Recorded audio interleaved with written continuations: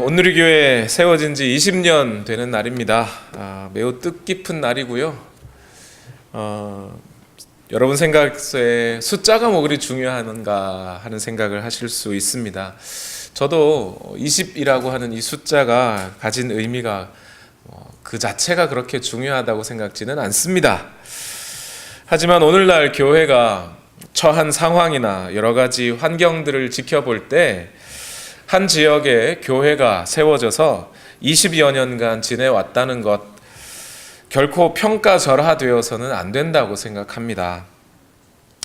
교회가 세워지면 그 교회를 넘어뜨리려는 사단의 공격과 그런 어떤 위협이 쉼 없이, 그것도 끝도 없이 계속되는 게 현실이기 때문입니다. 특히 현대에 들어와서 이 세상 사람들, 이 세상의 환경들을 살펴보면 사람들이 교회를 향해서 너그러운 눈으로 보지는 않는 것 같습니다. 예전에 비해서요. 요즘은 다양한 매스미디어가 많이 발달했고, 그래서 교회가 주어야 할 만족이나 교회가 주어야 할 기쁨 말고도 충분히 인터넷이나 TV 등을 통해서 사람들은 좋은 이야기, 또 살아가는 데 힘이 되는 이야기, 또 이런저런 기쁨과 보람 많이 느끼며 살아갑니다. 도리어 교회가 그 진정한 모습을 보여주지 못하고, 그래서 사람들은 교회를 찾지 않는 것 같습니다. 그러다 보니 지역교회가 그 존재 근거를 찾기가 매우 어렵고요. 또 교회를 찾는 사람들이 줄어들다 보니 자연히 교회는 인적으로 또 물적으로 모자람을 만나게 됩니다. 그런 점을 잘 살펴봤을 때 우리 온누리 교회가 20여 년 정도 이 자리에서 또 이렇게 하나님 앞에 예배를 계속해서 드릴 수 있다는 것, 그 자체로도 하나님의 인도하심이 있음을 믿고, 또 이 모양 저 모양으로 섬기고 봉사해 주신 분들에게 진심으로 또 감사와 또 그분들은 칭찬을 받을 만하다고 저는 믿습니다. 그런 점에서 우리 서로 한번 격려했으면 좋겠습니다. 그동안 애 많이 쓰셨습니다. 수고 많으셨습니다 하고 서로 한번 격려하고 인사해 주시면 좋겠습니다. 감사합니다. 칭찬은 여기까지. 우리가 20이라고 하는, 20년이라고 하는 이 숫자 앞에서 가만히 마냥 우리가 즐거워만 또 만족만 할 수 있는 것은 아니지요. 왜냐하면 교회가 20년이 되었다라는 말은 그 방황을 끝내고 이제 성숙된 모습을 보여줄 때도 되었다라는 뜻이기 때문에 그렇습니다. 오늘 기도하신 분의 기도대로 사람도 20살이 되면 성인의 모습을 보이는 것이 당연하듯이, 교회가 20년이 되었다는 것은 그 교회가 성숙된 모습을 보여주어야 한다는 뜻이 됩니다. 그리스도의 몸을 이룬 교회의 각 지체들 역시 성숙하여야 하고요. 또 그 각 지체가 연합한 교회가 과연 예수 그리스도를 닮아서 예수 그리스도께서 이 땅에서 이루신 그 사역들을 따라서 우리가 가야 하는 것이 당연합니다. 그렇게 교회가 성숙을 이루어야 합니다. 오늘 말씀을 저는 준비하면서 특히 오늘 본문 말씀 중에 에베소서 4장 14절 말씀이 오늘 저의 마음을 매우 힘들게 또는 도전하는 말씀이 되었습니다. 우리 같이 한번 14절 말씀을 읽어봤으면 좋겠는데요. 다 같이 읽어봅시다. 시작. 우리는 이 이상 더 어린아이로 있어서는 안 됩니다. 우리는 인간의 속임수나 간교한 술수에 빠져서 온갖 교훈의 풍조에 흔들리거나 이리저리 밀려다니지 말아야 합니다. 여러분, 지금 에베소서를 쓰고 있는 바울이 에베소 교회를 향하여 이렇게 말합니다. 여러분, 우리 이제 더 이상 어린이로 살지 맙시다. 그리고 이 에베소 교회가 개척된 것을 가만히 생각해 보니까요, 지금 에베소 교회에 바울이 편지를 보낼 때 에베소 교회는 몇 살이 되었을까요? 처음 에베소 교회를 개척하고 에베소 교회를 목회한 것이 약 3년 정도 된다고 생각하고요, 바울이. 그리고 약 6개월에서 1년 정도 다른 지역을 다녀왔어요. 그리고 에베소에 있는 장로들을 만났고, 그들에게 고별 설교를 행했고요. 그리고 예루살렘으로 돌아갔다가 거기서 바울은 유대인들의 어떤 고소에 따라 붙잡히게 됩니다. 그리고 로마로 압송을 당하죠. 그리고 로마에 도착하여서 에베소 교회에다가 지금 편지를 보내고 있는 거예요. 그렇게 생각한다면 에베소 교회가 개척된 지 10년도 채 되지 않았어요. 그 교회를 향하여 바울이 이렇게 얘기하는 거예요. 여러분, 우리 이제 더 이상 어린이로 살지 맙시다. 우리 성숙해야 합니다. 이렇게 말해요. 그렇게 생각하면 오늘 우리 교회는 20살이 됐어요. 20살이 됐네요. 아, 이거 어떻게 해야 되나? 이 말씀이 심한 도전이 되지 않나요, 여러분? 그리고 이 말씀을 저는 묵상하면서 지난 우리 교회의 모습들, 우리 오늘의 교회의 사역들과 삶을 살펴보면 마음 한 구석으로 좀 씁쓸하기도 하고 안쓰럽기도 하고 감사도 있었지만 또 한편 정말 우리가 이제 어린이로의 모습은, 어린 아이의 모습은 가져서는 안 되겠구나, 이렇게 생각 들었습니다. 14절 말씀을 자세히 보니까 이렇게 되어 있죠. 더 이상 어린 아이로 있어서는 안 됩니다 하고 말하면서 그 어린 아이의 모습이 어떤 거예요? 인간의 속임수나 간교한 술수나 온갖 교훈의 풍조에 흔들리는 것, 그것이 어린 아이의 모습이라는 거예요. 성숙한 사람은 어떻게 해요? 더 이상 그렇게 흔들리지 않는다는 겁니다. 지난날 우리 오늘의 교회 세월을 돌아보면 우리 교회는 좋은 가르침을 통해 자리를 잘 잡는 것 같기도 했지만 또 한편 목회자가 없는 그런 세월들도 많이 보냈습니다. 또 때로는 건전하지 않은 그런 가르침들을 옳은 줄 알고 쫓아가기도 했습니다. 교회 부흥이라고 하는 목표 하나만 가지고 달려온 것처럼 보이지만 사실 지난 세월을 돌아보면 부흥이라는 말의 의미도 제대로 이해하지 못한 채 이런 가르침 저런 가르침, 또 이 집회 저 집회, 이런 부흥회 저런 부흥회, 은사가 좋다니까 은사 쫓아서, 이런 사역들이 있다니까 저 사역 쫓아서 그렇게 흔들리는 모습을 보였던 것 아닌가 생각이 듭니다. 아마 오늘 14절의 말씀처럼 아직 어린아이의 상태였기 때문이 아닐까요? 물론 그 속에서도 여전히 감사할 수 있는 것들이 있었습니다. 이리저리 밀려다니면서도 이것이 잘못이구나라는 걸 알았던 거죠. 교회 건물 열심히 지었습니다. 물론 교회 건물 짓는 것이 나쁘다는 뜻은 아닙니다. 잘한 거예요. 훌륭한 거예요. 그러나 교회 건물을 지으면서 우리는 알아야만 했습니다. 교회란 건물이 아니라 사람들이라는 사실을. 건물을 지어놨는데 사람이 없으면 아무 소용이 없는 거죠. 성령의 은사가 좋다고 은사를 쫓아다니기도 했습니다. 그런데 알게 됐습니다.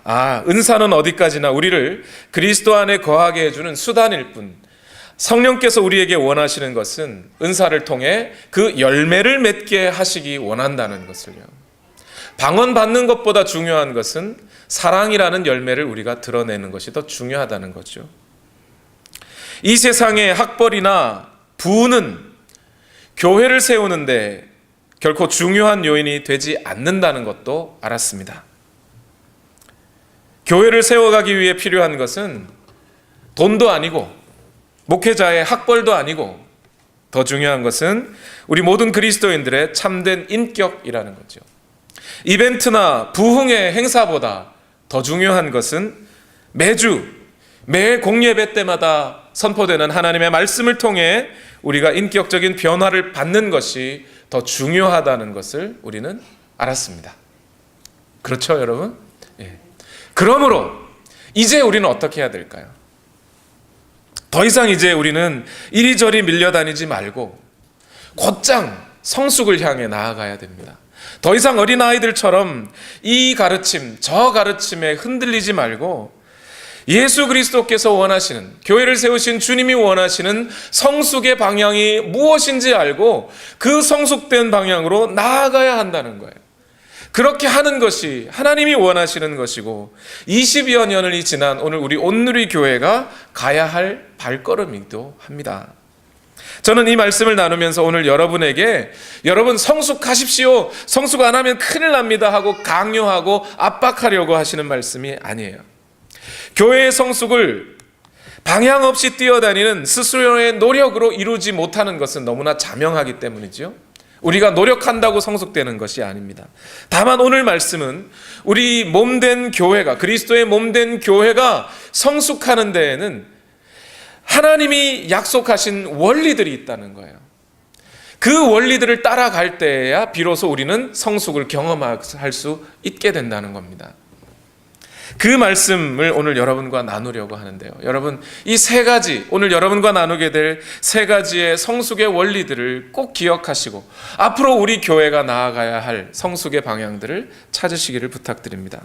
먼저 첫 번째, 오늘 본문이 말씀하고 있는 교회가 성숙할 수 있는 근본적인 원리가 하나가 있어요.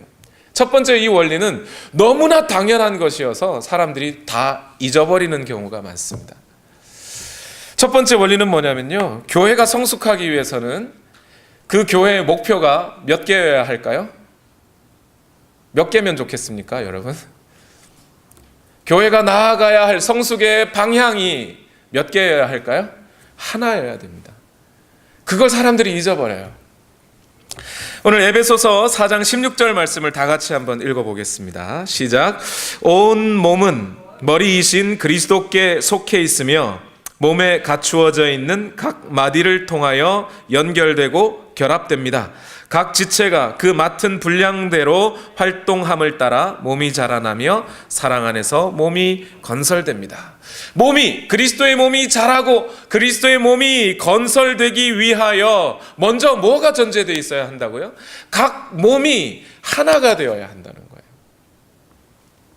각 몸이 그리스도 안에서 하나가 되지 않으면 자라지 않습니다. 그건 너무나 당연하죠.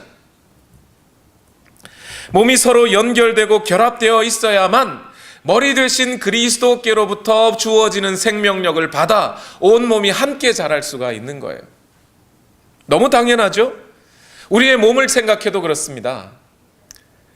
우리 몸이 각자가 따로 존재하는 것 같지만 모두가 하나의 생명력을 유지하고 살아가요. 그러니 이 모든 각 지체들이 그 하나의 생명력을 향하여 있을 때라야만 우리 몸도 성숙하게 됩니다. 이 세상에서도 이 원리는 당연하다고 생각하고 있죠. 한국 사람들의 속담에 그런 속담이 있습니다. 사공이 많으면 배가 산으로 갑니다. 사공이 많다는 얘기가 뭔가요? 이 배 안에 사공이 여러 명이에요. 가야 할 방향을 지시하는 사람이 여러 명이라는 거죠. 여기 가야 된다, 저기 가야 된다 하다 보면 바다에서 있어야 할 배가 산으로 가버려요. 그건 앞에서 우리가 읽었던 말씀처럼 이리저리 휘둘리는 것밖에 되지 않아요. 방향을 가지고, 일정한 그 방향을 가지고 쭉 전진해 가는 것, 그것이 성숙이에요. 특히 오늘 본문 말씀이 있기에 바로 앞 구절에 바울은 이런 이야기를 했습니다. 다 같이 에베소서 4장 3절에서 6절 말씀인데요. 함께 읽어보겠습니다. 시작. 성령이 여러분을 평화의 띠로 묶어서 하나가 되게 해주신 것을 힘써 지키십시오. 그리스도의 몸도 하나요, 성령도 하나입니다. 이와 같이 여러분도 부르심을 받았을 때에 그 부르심의 목표인 소망도 하나였습니다. 주님도 한 분이시요 믿음도 하나요, 침례도 하나요, 하나님도 한 분이십니다. 여기까지 읽을까요?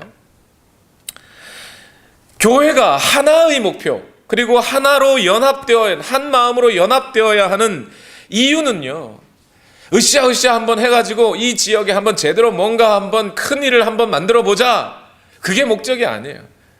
목사님 으쌰으쌰 한번 해봐야 되겠습니다. 아니요, 그런 뜻이 아니고요. 오늘 교회가 모여서 하나의 목표를 갖는 이유는 여러분 각자가 교회 오신 과정과 이유와 원인, 방법 등이 다 다르실 거예요. 각자 다른 곳에서 오셨고 다른 방법으로 오셨고 다른 이유 때문에 교회에 오셨을 수 있어요. 그러나 여러분들을 부르신 하나님의 소망, 하나님의 목표가 하나이기 때문에 그래요. 여러분, 단 한 사람이라도 하나님이 부르지 않으면 교회로 나아올 자가 없음을 여러분 믿으십니까? 아멘. 그렇다면 그렇게 부르신 하나님은 하나의 목표를 갖고 계세요. 하나의 한 분이신 하나님이 한 그리스도 안에서 한 분 성령님을 통해 우리 모두에게 하나의 소망을 주셨다는 거예요. 그 하나의 소망이 뭡니까? 에베소서 4장 13절 말씀이에요. 다 같이 읽어봅시다. 시작. 그리하여 우리 모두가 하나님의 아들을 믿는 일과 아는 일에 하나가 되고 온전한 사람이 되어서 그리스도의 충만하심의 경지에까지 다다르게 됩니다 라고 말해요. 우리 모두를 하나로 불러주시고 하나의 목표를 하나님이 주셨는데 그 하나의 목표는 바로 예수님을 닮는 것이라는 거예요. 우리 모두가 예수님을 닮는 방향으로 나아가야 한다는 겁니다. 그렇게 예수님을 닮는 모습을 우리 모두가 가지라고 우리를 불러주셨다는 거예요. 이것도 너무나 당연한 거 아닙니까? 여러분, 학생이 학교 갑니다. 왜 가나요?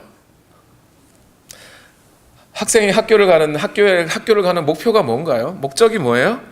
학생들마다 저마다 자기의 학교 가는 목표는 다를 수 있어요. 물론 점심시간에 도시락 까먹으러 갈 수도 있고 친구들 만나서 재밌게 놀러 학교를 갈 수도 있겠지만 학교를 가는 가장 근본적이고 단 하나의 목적이 뭐냐면 공부하러 가는 거죠. 성적 올리러는 아니에요. 공부하러가 맞죠. 공부하러 가는 겁니다. 여러분, 그리스도인들이 누굽니까? 그리스도인이라는 사람들은 갈라디아서 2장 20절의 고백으로 시작되는 사람들 아닌가요? 갈라디아서 2장 20절의 말씀이 뭔가요? 내가 지금 사는 것은 내가 사는 것이 아니라 나를 사랑하사 자기 몸을 버리신 그리스도께서 사시는 것이다. 이것이 그리스도인의 믿음의 시작이잖아요. 예수님을 만나봤더니 예수 그리스도께서 나를 위하여 죽어주셨구나.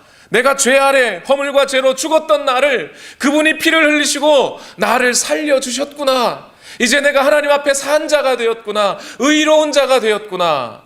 그것이 그리스도인의 믿음의 시작이에요. 신앙생활의 시작이에요. 그 믿음 가지고 살아가는 사람들이 그리스도인이죠. 그런 그리스도인이 교회로 모인 이유가 뭐겠습니까? 학생이 학교 가는 이유가 공부하러 가는 것이듯이요. 그리스도인이 교회로 모인 이유는 단 한 가지예요. 예수 그리스도 닮는 것입니다. 그런 점에서 저는 오늘날 참 이상한 것 한 가지를 보게 됩니다. 어떤 교회를 가봤더니요, 교회 전면에 또 교회 뒷면에 옆에다가 그리고 성도들에게 나눠주는 어떤 팜플렛이나 성도들에게 주는 책갈피 같은 선물에나 다 적어놓은 게 뭐냐면 이번 몇 년도 2000 몇 년도 우리 교회 목표 성도 몇만 명 채우기 이렇게 돼. 여러분, 이거 이상하지 않아요? 저는 그게 나쁘다는 뜻이 아니에요. 저도 우리 교회 성도님들이 많아지기를 바랍니다. 그런데 이것이 목표일 수 있나요? 여러분, 결혼하실 때 여러분 남편이 우리가 가정을 이룰 때 우리 가정의 목표는 아들, 딸 구별 말고 100명씩만 낳는 거예요. 이러고 결혼하는 사람이 있어요? 2017년 연초에 아버지가 가족들 다 모아놓고 자, 이제부터 우리는 올 한 해 20명의 가족을 만들 거야. 이러는 경우 있습니까, 여러분? 성도의 수는 그 교회의 목표가 되지 않아요. 물론 건강하고 하나님을 잘 섬기는 교회들이 성도 수가 늘어날 수도 있습니다. 그러나 때로 줄어들 수도 있어요. 환난과 고난과 핍박을 만난 교회들이 그러할 때가 있을 수 있습니다. 성도의 수가 목표가 되지 않는 것은요, 여러분 신천지를 한번 보세요. 신천지 가만히 보면 신천지의 성도들을 향한 표어는 딱 정해져 있어요. 몇 명을 채워야 돼요? 14만 4천 명 채워야 되는 거예요. 그래서 각 할당을 해주죠. 교회 오신 분들, 교회는 아닌 것 같아요. 오신 분들은 다 2명씩 전도해가지고 말이에요. 14만 4천 명 채워야 된다는 거예요. 교회가 말이죠, 그 교회의 목표를 성도의 수로 맞추면서 신천지의 모습과 비슷하게 사람들에게 보여지는 거죠. 교회 가도 성도 수 채우는 게 중요하고 신천지 가도 성도 수 채우는 게 비슷하구나. 교회나 신천지나 비슷하구나. 그게 목표가 될 수 없어요. 그러므로 여러분, 어느 한 교회, 우리 교회뿐만이 아니라 다른 교회와 관련해서도 어떤 그 교회의 성숙을 이야기할 때 성도 수로 이야기하지 맙시다. 야, 그 교회는 몇 명이래. 야, 좋은 교회. 그 교회는 몇 명이래. 그 교회는 별로 안 좋은 것 같아. 오늘날 사람들의 잘못된 생각 속에 들어가 있어요. 우리는 앞으로 저뿐만 아니라 교회에 사역하는 모든 사역자들, 그리고 우리 모두의 마음속에 이 마음이 있어야겠습니다. 오늘 우리가 교회에서 모이고 또 각자가 말씀을 들어서 각 가정에서 또 직장에서 살아가는 모든 순간에 우리 인생에는 단 하나의 목표만 있습니다. 그것은 예수 그리스도를 닮아가는 거예요. 예수님이라면 어떻게 사셨을까? 예수님이라면 어떻게 말씀하셨을까? 예수님이라면 어떻게 하셨을까? 그것을 우리는 생각하며 예수님을 닮아가려고 우리는 살아가는 거예요. 우리의 모든 앞으로 교회의 사역도 그쪽 방향으로 진행할 겁니다. 그래서 우리 교회 주보를 한번 보시죠. 주보 앞면을 보셔도 되고 뒷면을 보셔도 됩니다. 앞면에도 우리 교회 비전이 쓰여져 있고 뒷면에도 쓰여져 있어요. 우리 온누리 교회 비전에 이렇게 쓰여져 있어요. 우리 온누리 침례교회는 생명의 감동이 있는 예배를 통해 평신도를 그리스도의 참된 제자로 훈련시켜. 이렇게 적어놨어요. 예수 그리스도의 참된 제자가 되게 하는 것. 이것은 그냥 성경 공부한데 제자훈련 코스가 있대. 그냥 제자훈련 코스 했으니까 예수님의 제자가 되고 아니면 제자 아니고 이런 뜻이 아니에요. 우리 교회에서 하는 모든 사역과 설교와 그런 모든 모임의 목표는, 궁극적인 목표는 우리 모두가 다 예수님을 닮아가는 데 있다는 거예요. 예수님의 제자가 되는 데 있다는 거예요. 물론 우리 모두가 각자 지금 예수님께서 불러주셨으니 우리 모두는 예수님의 제자인 것은 맞습니다. 그러나 우리 모두가 지금 우리의 모든 삶에서 예수 그리스도를 드러내고 있기 때문에 예수님의 제자라고 말할 수 있는 것은 아직은 아니지요. 그러므로 우리 교회는 앞으로 이 방향으로 가겠다는 거예요. 저와 여러분이 이 마음을 함께 가져주셔야겠습니다. 저도 이 말씀을 생각하며 이 목표를 생각하며 목회하겠습니다. 여러분도 같이 마음을 가져주십시오. 예수님처럼 말하고 예수님처럼 기도하고 예수님처럼 순종하고 예수님처럼 양육하고 예수님처럼 사람들을 대하고 그렇게 살아가는 것, 그것이 우리 모든 그리스도인의 목표예요. 오늘 우리 온누리 교회가 성숙해야 할 목표이기도 합니다. 이 땅의 사람들에게, 그리고 함께 성도된 그리스도인들 모두에게 우리 자신은 각자가 예수님의 모습을 보여주어야 합니다. 저 먼저 당연히 그래야겠죠. 저는 그렇게 안 하면서 여러분 보고 강요한다고 되는 일은 아닐 거라고 저는 생각합니다. 그래서 여러분 저를 위해서도 기도해 주십시오. 교회는 이처럼 하나의 목표점을 향하여 나아가야 됩니다. 그래야 성숙이 이루어집니다. 그런데 여러분, 앞에서도 말씀드렸지만 교회 안의 모든 지체들이 다 똑같은 역할을 갖고 있는 것은 아니지요. 지금 당장 저와 여러분만 보더라도 저는 지금 앞에 서서 말을 하고 있고요. 여러분은 듣고 계십니다. 뭔가 그 역할이 다르다는 거죠. 그래서 두 번째로 교회가 예수 그리스도의 참된 그 모습을 닮아가기 위해서, 성숙해 가기 위해서 또 한 가지 중요한 원리가 하나 있는데, 그것은 뭐냐면 각 지체들이 각 지체로서의 맡겨진 사명에 충실해야 자랄 수 있다는 거예요. 오늘 에베소서 4장 16절 말씀을 다시 한번 읽어봅시다. 시작. 온 몸은 머리이신 그리스도께 속해 있으며 몸에 갖추어져 있는 각 마디를 통하여 연결되고 결합됩니다. 각 지체가 그 맡은 분량대로 활동함을 따라 몸이 자라나며 사랑 안에서 몸이 건설됩니다. 뭐라고요? 각 지체가 그 맡은 분량대로 활동함을 따라 몸이 자라난다는 거예요. 이것도 너무나 당연한 것인데 우리가 잊어버리는 거죠. 손이 밥을 퍼서 입 안으로 넣어줘야 하고요. 입은 열심히 침과 이빨의 저작 운동을 통해서 씹어야 되고요. 그리고 목 식도와 위가 그걸 소화시켜줘야 하고요. 혈액은 그 받은 모든 공급의 영양분을 각 지체별로 또 나누어줘야 손도 다시 살아날 수 있습니다. 이것이 몸의 비유였지 않습니까? 만약 손이 자기 일을 감당하지 않아요. 나는 입이 싫으니 입에다가 밥을 주기 싫어. 그래, 안 줘요. 그러면 누구도 지쳐요? 손 자기도 지쳐요. 자기도 밥을 못 먹었으니까. 이것이 그리스도 안에서 하나의 결합된 그리스도의 몸이 갖고 있는 특징이에요. 각자에게 주어진 각 지체의 사명을 각자가 충실하게 감당해 줘야지만 몸이 자랄 수 있는 거예요. 예수 그리스도께서는 교회를 세우실 때 각 지체들을 세우시고 그리고 그 지체들에게 적절한 합당한 사명들을 주셨다는 거예요. 그것을 오늘 에베소서 4장 11절과 12절을 본문의 말씀은 이렇게 전하고 있습니다. 다 같이 읽어보겠습니다. 시작. 그분이 어떤 사람은 사도로, 어떤 사람은 예언자로, 어떤 사람은 복음 전도자로, 또 어떤 사람은 목사와 교사로 삼으셨습니다. 그것은 성도들을 준비시켜서 봉사의 일을 하게 하고 그리스도의 몸을 세우게 하려고 하는 것입니다. 교회 안에 각 지체들을 주셨는데 그 지체를 분야별로 크게 둘로 나눌 수 있다는 것이죠.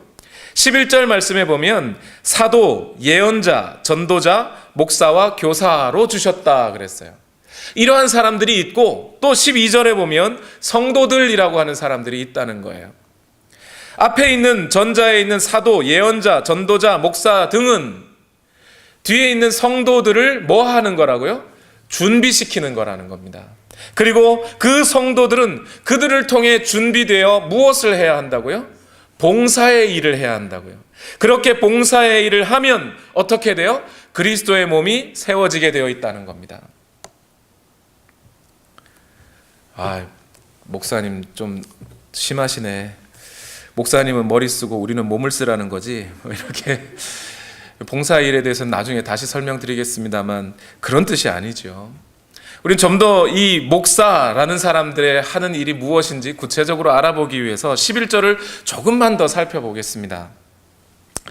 먼저 11절의 말씀에 보면 예수님께서는 교회에다가 사도, 예언자, 전도자, 목사와 교사라는 사람들을 주셨다고 말을 하고 계세요.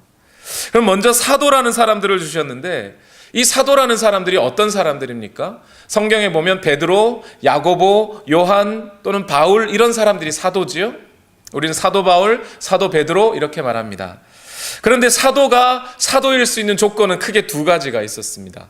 사도의 자격 요건이라고 할 수 있죠. 그 두 가지예요. 첫 번째는 뭐냐면 예수님의 공생의 기간 동안에 예수님과 함께 있었어야 합니다.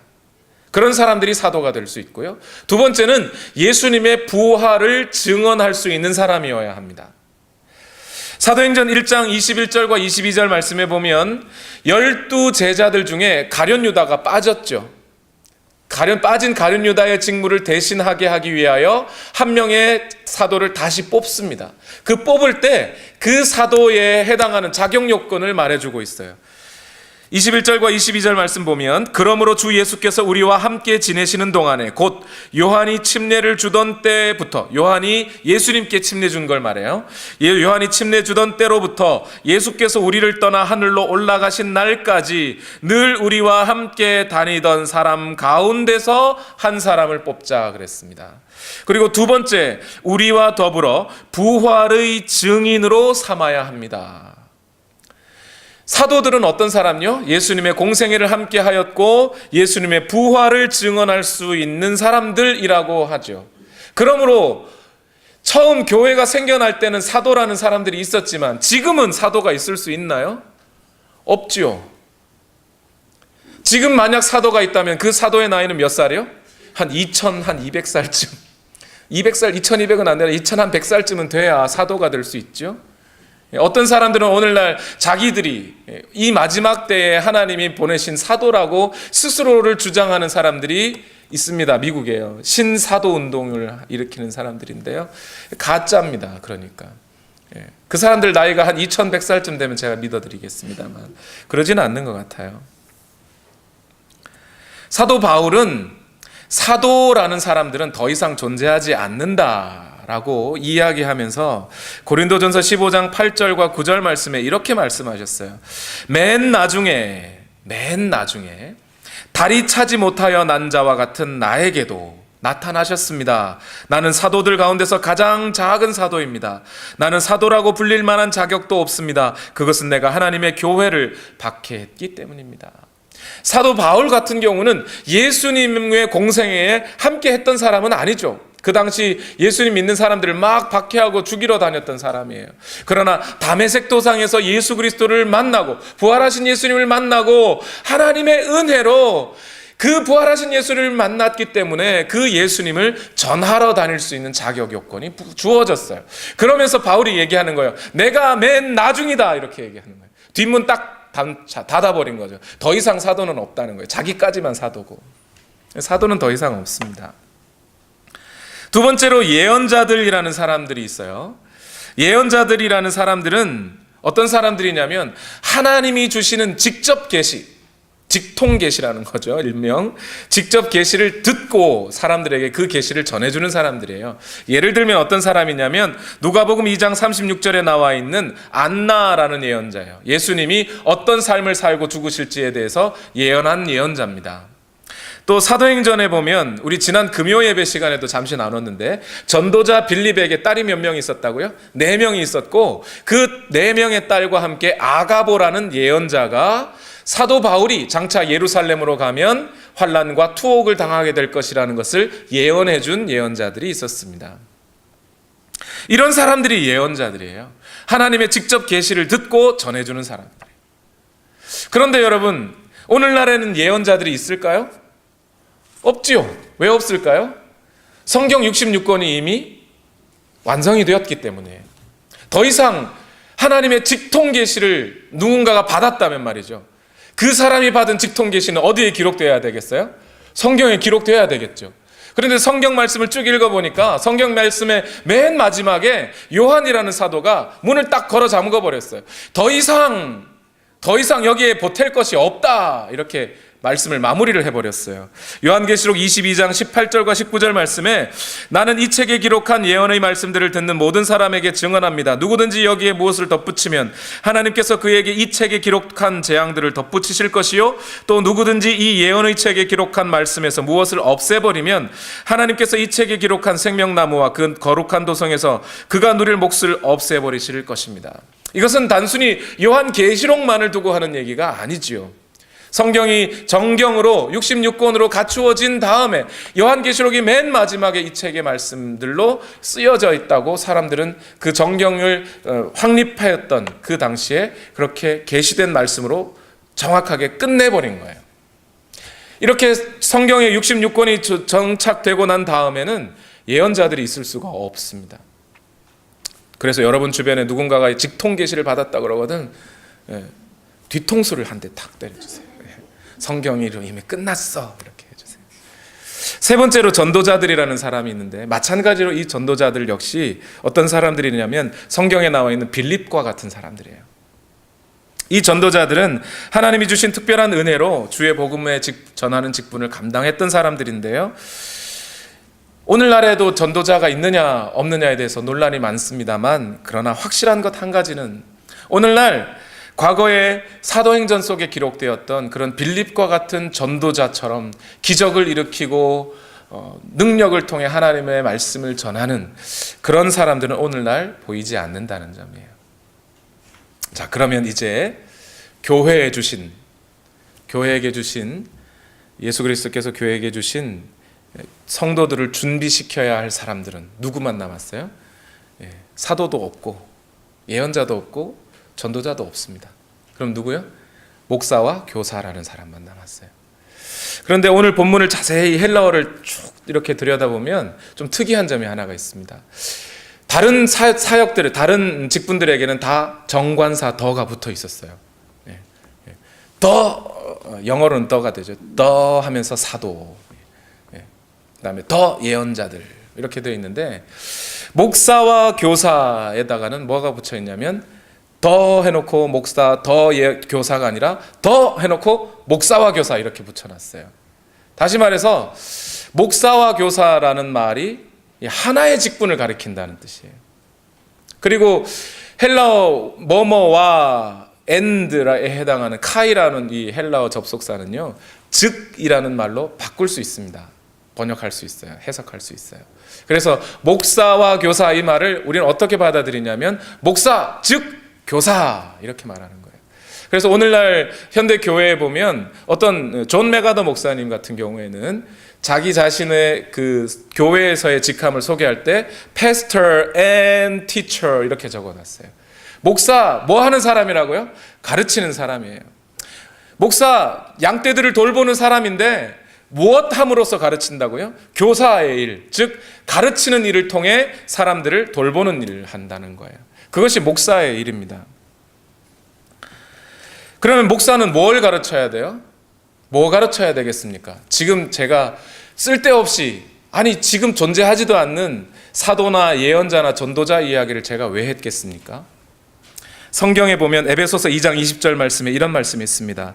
여러분은 즉 교회는 사도들과 예언자들이 놓은 기초 위에 세워진 건물입니다.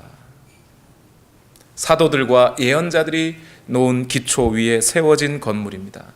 그리스도 예수가 그 모퉁이 돌이 되십니다. 무슨 얘기겠어요? 목사는 뭘 가르쳐야 되겠어요? 사도들이 본 것, 예수 그리스도의 공생애와 사도들이 들은 것, 예수 그리스도의 가르침과 사도들이 경험한 예수 그리스도의 부활을 전해 듣고 그 말씀이 기록된 성경을 읽어 그 성경에 기록된 하나님의 말씀을 풀어 해석하여 전해주는 역할을 하는 것, 그것을 가르치는 게 목사라는 얘기예요, 여러분. 특히 목사는 제일 많이 신약과 구약 성경 중에 무엇을 중심으로 설교를 해야 될까요? 그러니까 신약 성경을 중심으로 설교하는 거예요. 물론 구약 성경도 함께 설명해야 합니다만 신약 성경의 바탕 위에 세워져 있기 때문에 그래요, 교회가. 그래서 저는 여러분께 계속해서 말씀드립니다만 강해 설교를 하고 있어요, 저는. 성경 본문이 무슨 뜻을 갖고 있느냐, 그 본문의 뜻이 이러하고 그 본문의 뜻이 이러하기 때문에 여러분에게 설교를 적용을 이렇게 하십시오, 이렇게 살아가십시오, 이렇게 배우십시오 하고 알려드리는 거예요. 이렇게 강해 설교를 하면 물론 거기엔 단점이 있습니다. So what? 사람이 힘들어서 이런저런 문제를 안고 교회를 찾아왔는데 목사님은 계속해서 성경 얘기만 하고 있어요. 그럼 성도들의 마음속에 무슨 생각이 들죠? So what? 그래서 어떡하라고? 라는 의문이 생기게 되죠. 그게 단점이긴 해요. 물론 그렇게까지 가서는 안 되겠지만 어떻게든 성경의 말씀이 무엇을 뜻하는지 계속해서 알려드리려고 하는 거예요. 그것이 성도들을 자라게 한다는 거예요. 여러분, 그래서 목사가 여러분들에게 가르치는 일을 제대로 하지 않으면요, 목사라는 사람들이 제대로 성도를 가르치는, 성경을 펴서 가르치는 일을 하지 않으면요, 여러분 목사의 뒤통수를 한 대 때리시면서 그러세요. 밥값 내놔라 이놈아. 네. 정말요. 목사 그거 해야 하는 겁니다. 그거 하라고 교회에서 세워놓은 거예요. 그렇게 목사들이 전하는 설교들을 들으시고 여러분들은 어떻게 하셔야 되겠어요? 이제 그 들은 대로 준비되셔서 봉사의 일을 하는 겁니다. 봉사의 일을요. 봉사의 일 하니까 또 청소하라고. 아니, 잘 들어주세요. 봉사의 일이란 단순히 청소하는 것만을 얘기하는 게 아니에요. 물론 그것도 포함되죠. 음식 만드는 것도 포함되죠. 그런데 봉사의 일, 교회에서 봉사를 한다고 했을 때 봉사의 일은 뭐냐면 다른 사람을 하나님과 관계 맺음 시켜주는, 관계 맺게 해주는 일을 하라는 거예요. 고린도후서 9장 12절과 13절 말씀을 보시면 여러분이 수행하는 이 봉사의 일은 성도들의 궁핍을 채워줄 뿐만 아니라 많은 사람들로 하여금 하나님께 감사를 넘치게 드리게 할 것입니다. 여러분의 이 봉사의 결과로 그들은 하나님께 영광을 돌릴 것입니다. 그것은 여러분이 하나님께 순종하여 그리스도의 복음을 고백하고 또 그들과 모든 다른 사람에게 너그럽게 도움을 보낸다는 사실이 입증되었기 때문입니다. 봉사는 뭐 하는 거라고요?